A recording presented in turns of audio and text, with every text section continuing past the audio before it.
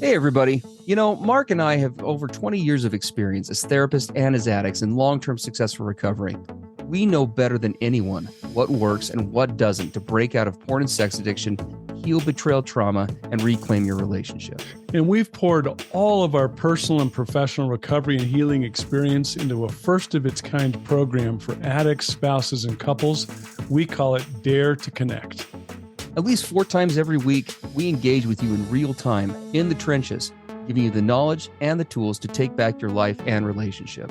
Whatever else you've done on your journey for healing and recovery, you've never done anything like this. Mark and I, we've made all the mistakes, so you don't have to. Don't reinvent the wheel. We all know tomorrow never comes. Look, don't wait one more day to change. Claim your free 2-week trial today at daretoconnectnow.com.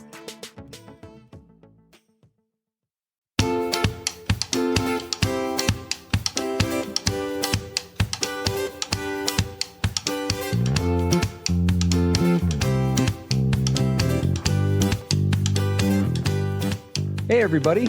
I'm Steve Moore. And I'm Mark Castleman. We know the pain and heartbreak of porn and sex addiction.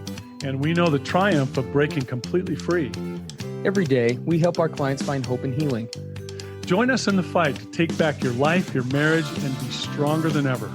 This is the PBSC Squared podcast.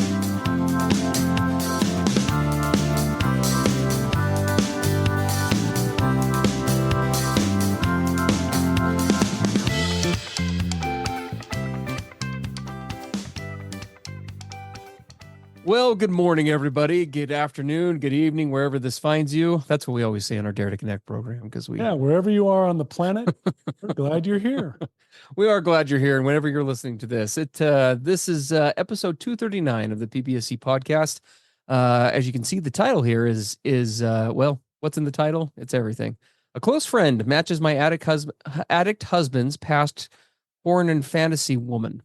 I'm triggered whenever I'm around her. What can I do? And so this partner sends in this submission that we're actually going to read. It's a little bit lengthy, but it's a very heartfelt submission, and we want to make sure you understand the full context before we jump into this, because it's a very common scenario when we are confident many partners listening to this are dealing with. So absolutely.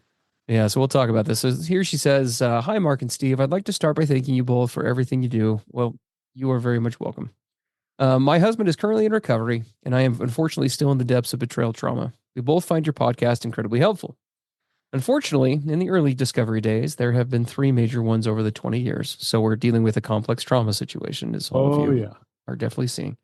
I dug for the most amount of details surrounding my husband's outlets possible. At the time, I did not know how damaging this would be for us both. I didn't know gathering the details would cause further trauma to me. Without going into detail, as I believe it may be triggering to fellow listeners, I found out that my husband had an ideal body type he was fixated on from his early teenage years until a few years ago when our last D-Day occurred. It's very specific and nothing like mine, meaning my body. Rationally, I know that his porn of choice and women of choice do not have anything to do with me. I try my best not to see my difference in appearance in these fantasy women as shortcomings. However, one of the biggest challenges we face in our relationship on a continuous and frequent basis is that we have a mutual friend in our life that is the wife of my husband's best friend, who happens to match my husband's ideal fantasy body type exactly. Every time we are around them, I feel sick. I am so triggered. I am hypervigilant, watching his every move. I can't relax, and I don't think he can either. It's not fun for me to be around them anymore. I hate to even write this because they're amazing people. The wife and I can get along so well.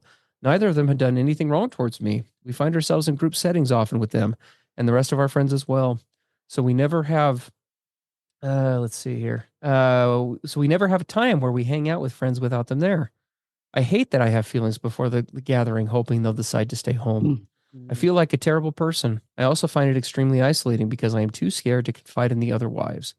I've also been so triggered that others have taken notice, and I have to brush it off and say things like I'm not feeling well. I feel like I cannot be authentic at all, and I feel like I keep repeating D-Day over and over again every time we are together. And then here come her questions. How can I be around this person and separate what's happened between my husband and I? Is it even possible? The wedge between my husband and I grows each time we hang out with them. I want to have fun with my husband again. I want to laugh with our friends. I don't want to watch my husband. I want to enjoy my life because our friends are such a huge part of it, but I don't know how. Please help. Oh, man, did this jump out of us, right? After all these couple of decades we've been doing this, how many times have we seen this? And, Well, yeah. as we prepared this, the thing that jumped out at us just like, boom, like right out into the open was, okay, let's talk about complex trauma and Yep. complex betrayal, because that's what this is. It's one of the great tragedies of this whole thing is, first of all, the complete unfairness of it all, right? This woman doesn't deserve having her husband's past with his fantasies and ideal body types. She doesn't deserve that to spill over into all these other areas of her life and impact their friends and impact coming together and all the ways that this is having its effect on Yeah. so much of what she's going through. That's complex trauma, complex betrayal. And why it's so damaging and hurtful is that it is so pervasive. It spills over into so much and becomes so complicated. And then what does the betrayed partner's survival based brain try to do to cope?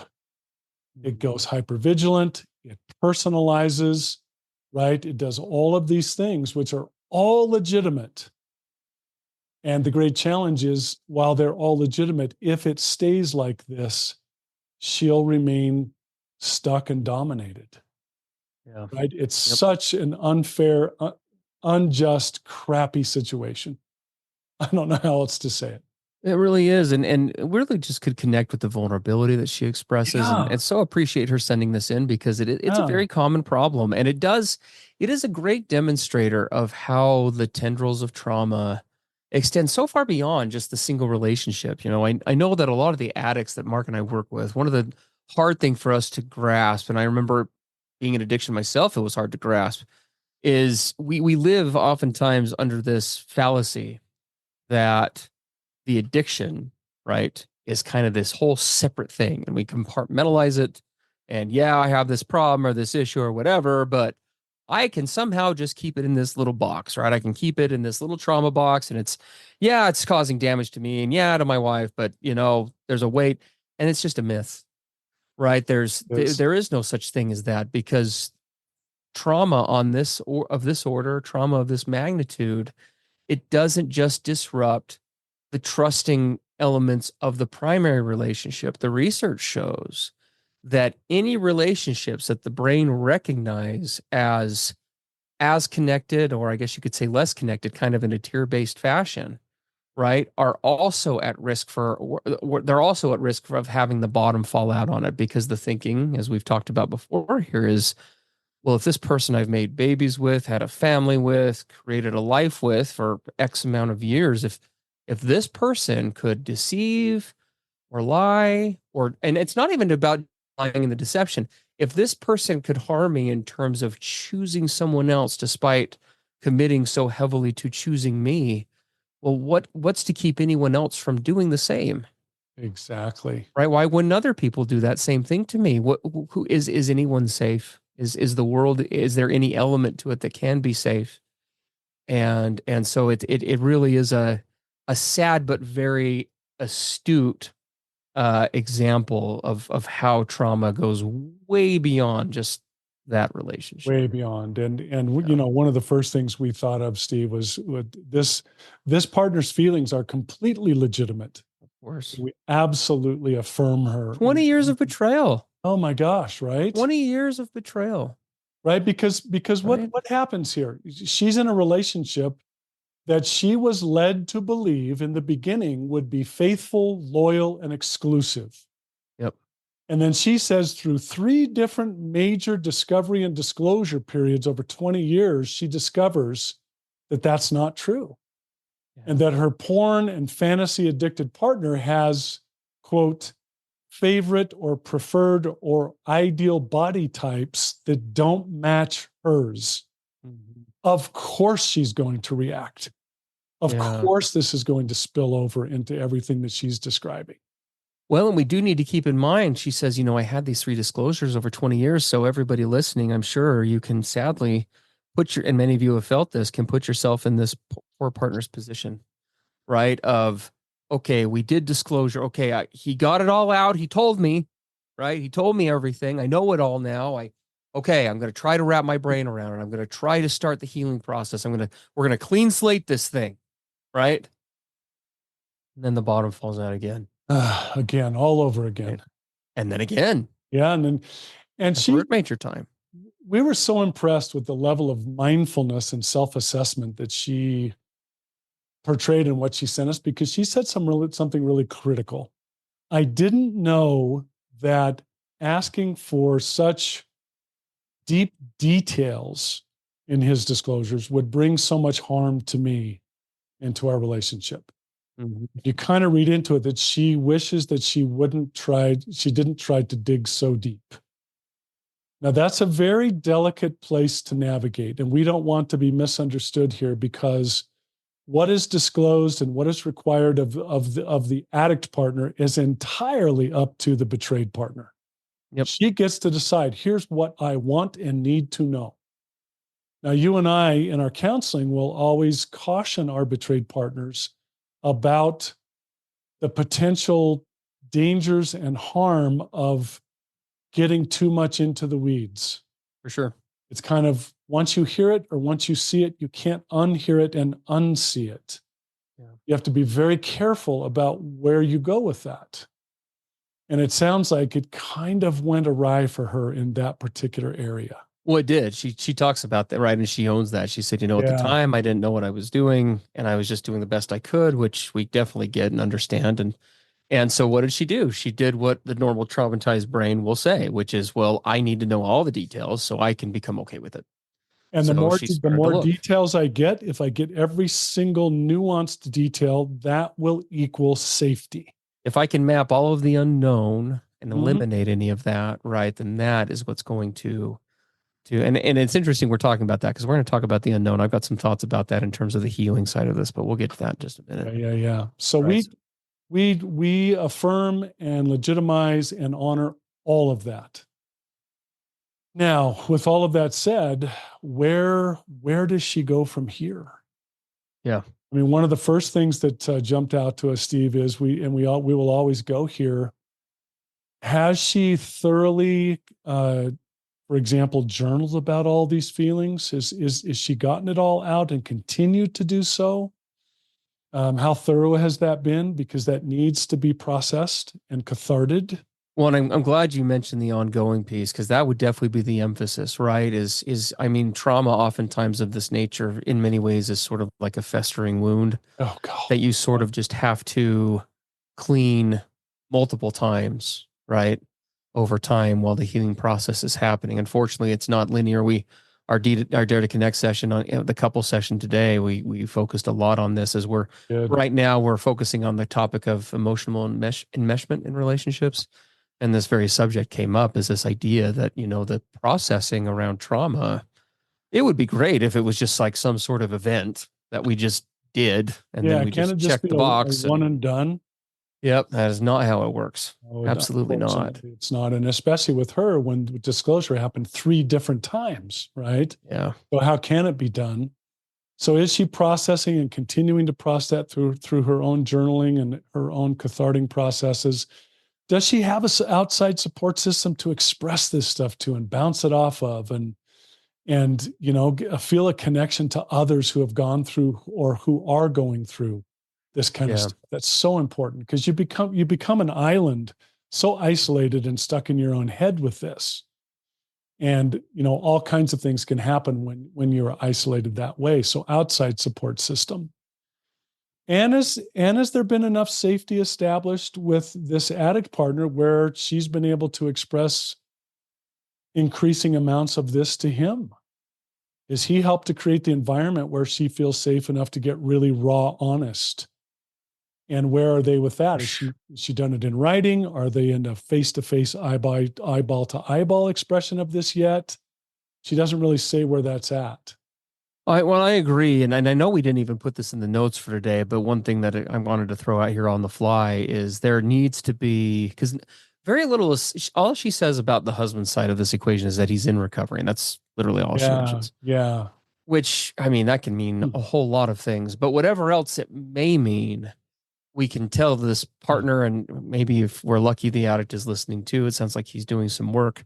Is that he should be doing everything in assisting cleaning out that festering wound that we talked about, and also providing a safe space now. And the way that that happens, if needed, and I'm not saying that this is needed for this coupleship, but one, they may want to consider a formal disclosure as an option. I know it's been a couple of years, and maybe that would be help. Maybe it wouldn't be. I don't know. We don't know enough about the coupleship, but it may be something for the partner to consider in terms of if there are things that are because if we look at what continues to create and elicit that ongoing fear response for a partner, one of the key things is the fear, and this is what I wanted to speak to for just a couple of minutes, is the brain is not yet concluded that the threat has passed. That's right. Right. And that could be something that is an old trauma response that may not actually be the case, but still feels very real.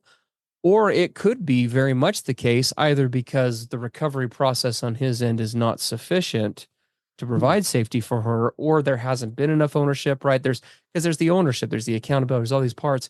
And so is specifically in an ongoing way, like I would love to, if I was working with this couple in my office, the thing that I would want to know first is, what does the ongoing transparency process right now look like for the two of you? Yeah. Like, what is he sharing with her about what he's doing for recovery versus not?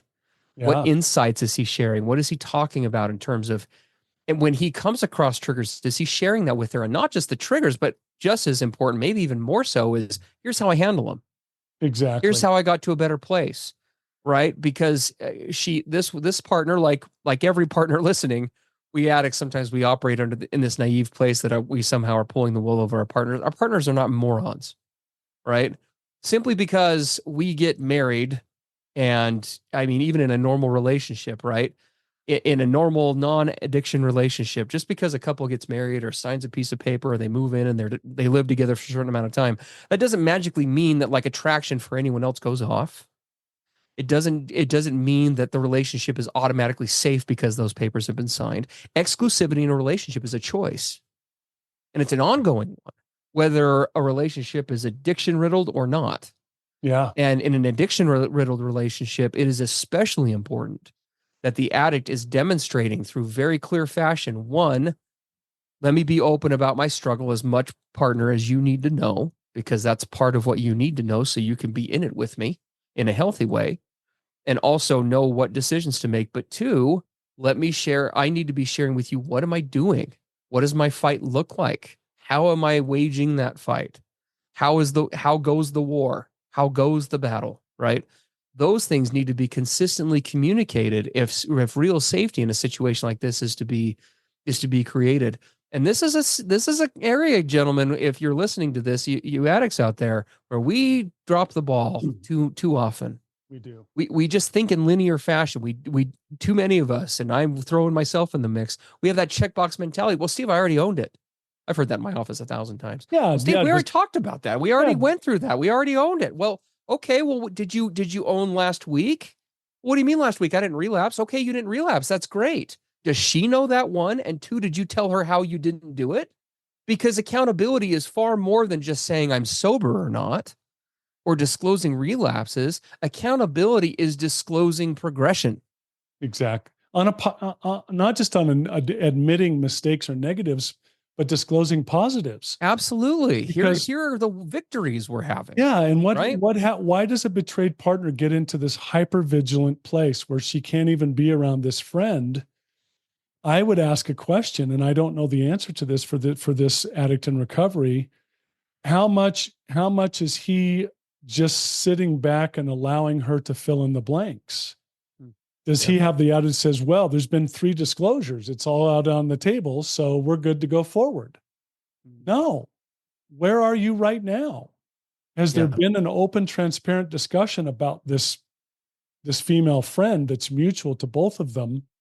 And has his fantasy attraction to that kind of body type just disappeared magically because he disclosed and he's in recovery? I doubt it. And if he's not been proactive in sharing what has been his progressive process with regard to those ideal fantasies, he's left his betrayed partner to just make assumptions and fill in the blanks that it's no longer a big deal. But obviously, her brain's not doing that. She's in the company of this woman, and something inside her doesn't trust that he's Yeah. okay. Well, and this does evoke back to a discussion that we were having in Dare to Connect a while ago.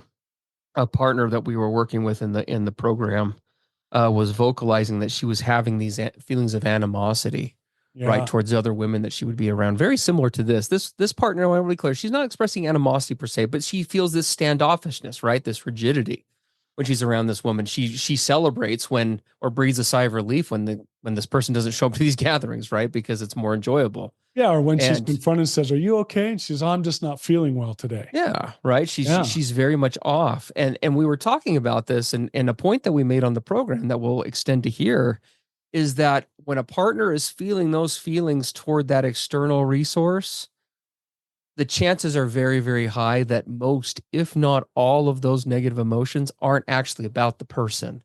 They're No, not about the threat.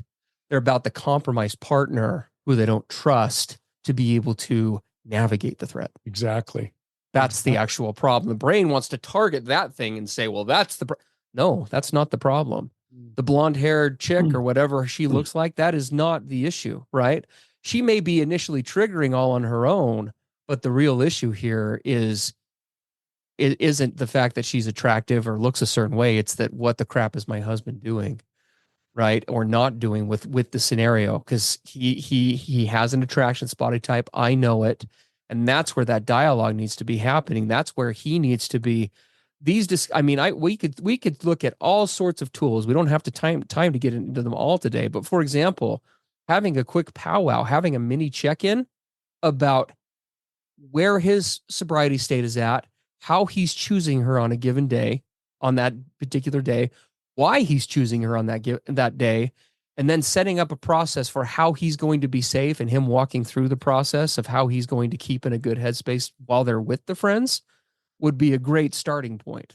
Right. And that should be something he initiates. Okay, that friend's coming over. This is my job. I'm gonna sit down. I'm gonna get ready, and I'm gonna be the one to initiate this discussion and walk my wife through the whole game plan. Because what's the ideal we want to get to? We want to get to the ideal of this couple collaborating together as a team, Yes, going into that difficult scenario. But in order for the collaborate, you can't just jump to collaborative teamwork as a no, couple. you cannot. You both have to be doing your individual work to bring into that scenario. Yeah. So has he done sufficient shame resilience work? Has he worked on his defensiveness and his reactivity to her being triggered? Is he leading out, like you said? Does he have a plan that he puts together and presents to her before they go hang out with these friends? Right? Yeah. Is he leaning in? Is he showing empathy? Is he sitting with her in her pain? Right? All those things are things he should be doing on his side of the street. And then also, is she doing her own sovereign, independent healing work so that she can show up as good as she can? Right? If both of those things are taking place on their independent sides of the street, now they can come together to collaborate before going into the friend scenario. For sure. For sure. Otherwise, her brain is legitimately going to go to the place of threat. Yeah, and that brings me to that point that I'd made earlier, right, about this whole unknown piece, because the brain, right, the traumatized brain, as we know, oftentimes will go to this place. Well, I got to map out all the unknowns. That is a fallacy, because mapping all of the unknowns does not, in and of itself, create safety. However, the notion of transparency, where truly helpful and when employed correctly in conjunction with other safety creating techniques like this, would absolutely create safety, right? So what's the husband's job in this situation? Again, that powwow or that discussion, coming with the game plan. What we do in that discussion is we're helping for the partner to eliminate as many unknown variables as we can, Yep. right? If I start to get triggered, partner, this is how I'm going to handle it. Me speaking as the addict, right? Here's my game plan. I'm going to make a phone call, or I'm going to step out, or here's a code where we can use where we need to leave. I'm going to, and there are even other things that he can be doing to help to create safety for her. I always, whenever this topic comes up, we were talking about something different on Dare to Connect, but I remember an example that Mark gave. It's really great from when he goes to the beach with his wife and how he uses different grounding techniques when he's at the beach. One of the things that he's talked about before with his wife is how he will make sure that he holds her hand the whole time they're on the beach, right? Such a simple thing. And most people may not even pay attention to that, but something little like that, something as simple as, hey, we're in the middle of being here, and a husband just periodically throughout the while holding hands with the couple, just squeezing his wife's hand, something low profile like that, that sends the message, hey, I'm here. Are you doing okay? Yeah. And her being able to squeeze it back and say one squeeze is yes or two means no, this is a problem. That level of cohesion, that level of collaboration, like you just said, um, that is what's going to start really creating an arena like this for this Yeah. partnership so that they don't have to give these people up as friends. And to all the guys listening in recovery, please, please, please be careful about creating a situation or an environment where your betrayed partner needs to fill in the gaps. Yes, absolutely. Keep her informed. She should not be wondering how you're doing. Yes. A partner should not be wondering in a situation like this how you are doing. It is up to you to get creative. We have lots of podcasts on this.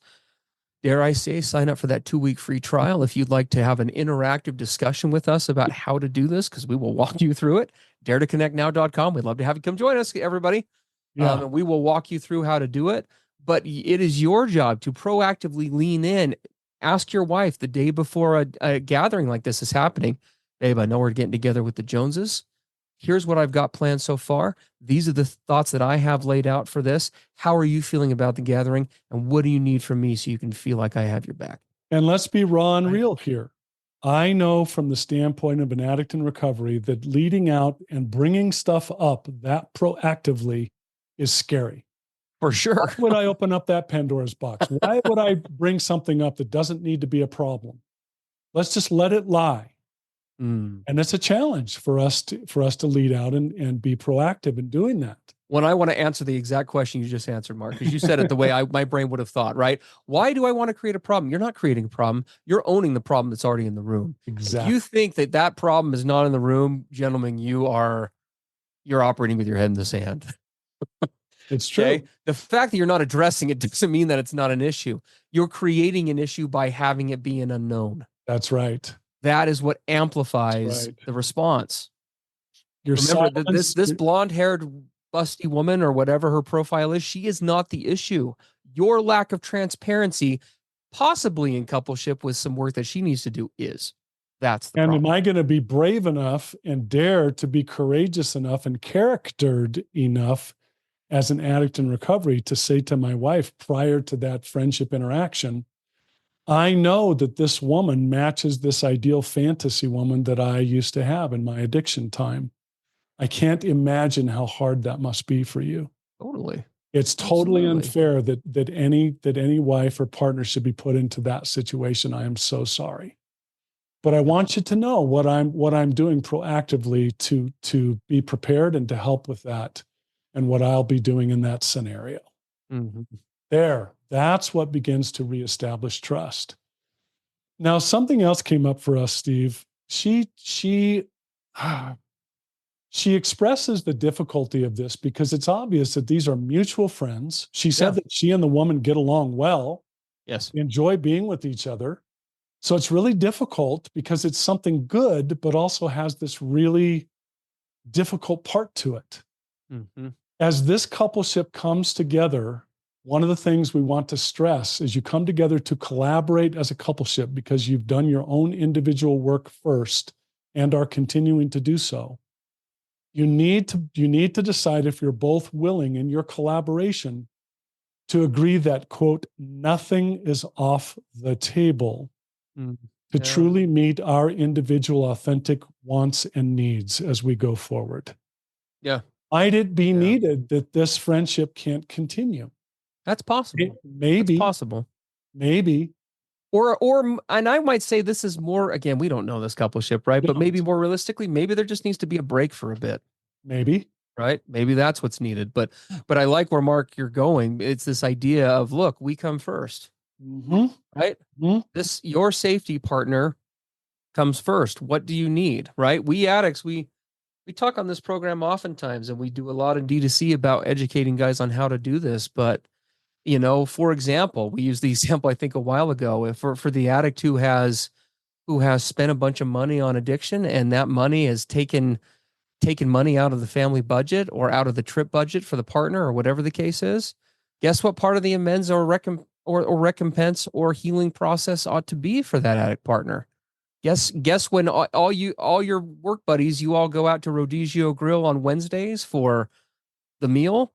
Guess you're bagging a lunch with a bologna sandwich while they eat Rodizio Grill until you can funnel that money back, right? It's this idea of leading out and recognizing that sometimes we have things set in our mind, well, this is just the way we do them. It doesn't have to be that way, Doesn't. right? We Yep. can scale back. We need to scale back. We need to get creative in this process and really demonstrate through action what we say.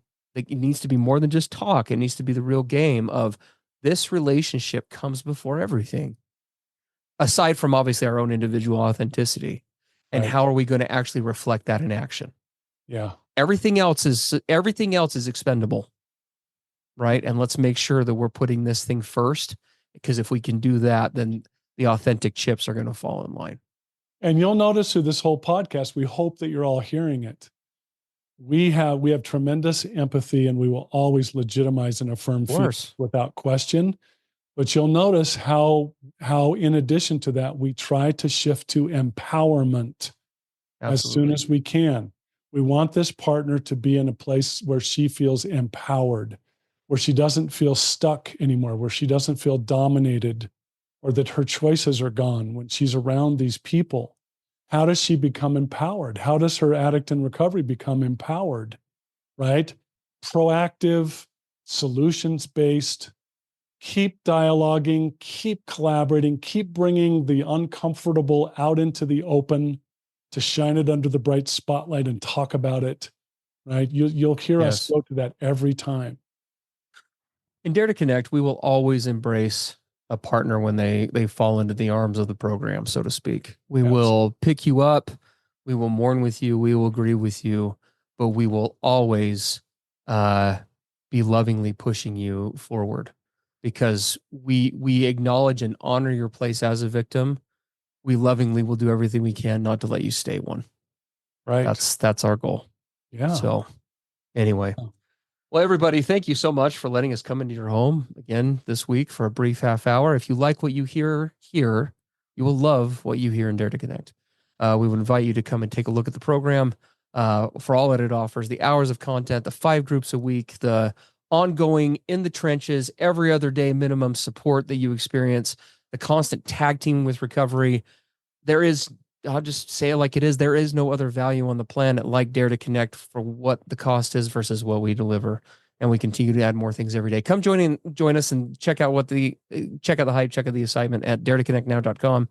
There's a free 2-week trial you can grab there for that. It's daretoconnectnow.com. And to continue to send us submissions for the podcast, we will continue to, we're almost 250 episodes in, and we're going to just keep on plugging away until you all fire us. Until addiction goes away forever. This particular partner actually sent this original question clear back in January. I know. We are backed up. Somehow after the new year, I think it got lost in the chaos of post holidays. So she sent us another message, bless her heart, saying, "Hey, did you guys ever get my original message?" And we looked through. We are so sorry. We're like, oh, we don't know where that is, but we're gonna do this right away. And we did not deliberately miss that submission. So our apologies again to that partner and honor to that partner. We do extend that to you. But we also will lovingly tell you, don't wait for months to get a half-hour podcast submission. Come work with us now. In Dare to Connect. Come join us. Yeah. We would love to have you join us again, daretoconnectnow.com. And to send us more submissions or to check out existing podcasts. And do a search through the blog function there on past podcasts. You can all 239 episodes of it. You can go to pbscpodcast.com. The contact form is at the bottom. The blog, searchable blog, is up at the top. There you go. Well, as always, thank you for being here. Thank you to each of you partners and addicts in recovery. We applaud you for all that you're doing. Keep going. It's great hope. It's a great future to move into. Don't give up. and, keep showing up, and we'll keep showing up with you and for you. Take care, everybody. Have a great rest of your week. And yeah, we'll catch you in the next one. We will. All right. See ya. Bye. Everything expressed on the PBSE podcast are the opinions of the hosts and the participants and is for informational and educational purposes only. This podcast should not be considered mental health therapy or as a substitute thereof. It is strongly recommended that you seek out the clinical guidance of an individual qualified mental health professional. If you're experiencing thoughts of suicide, self-harm, or a desire to harm others, please dial 911 or go to your nearest emergency room.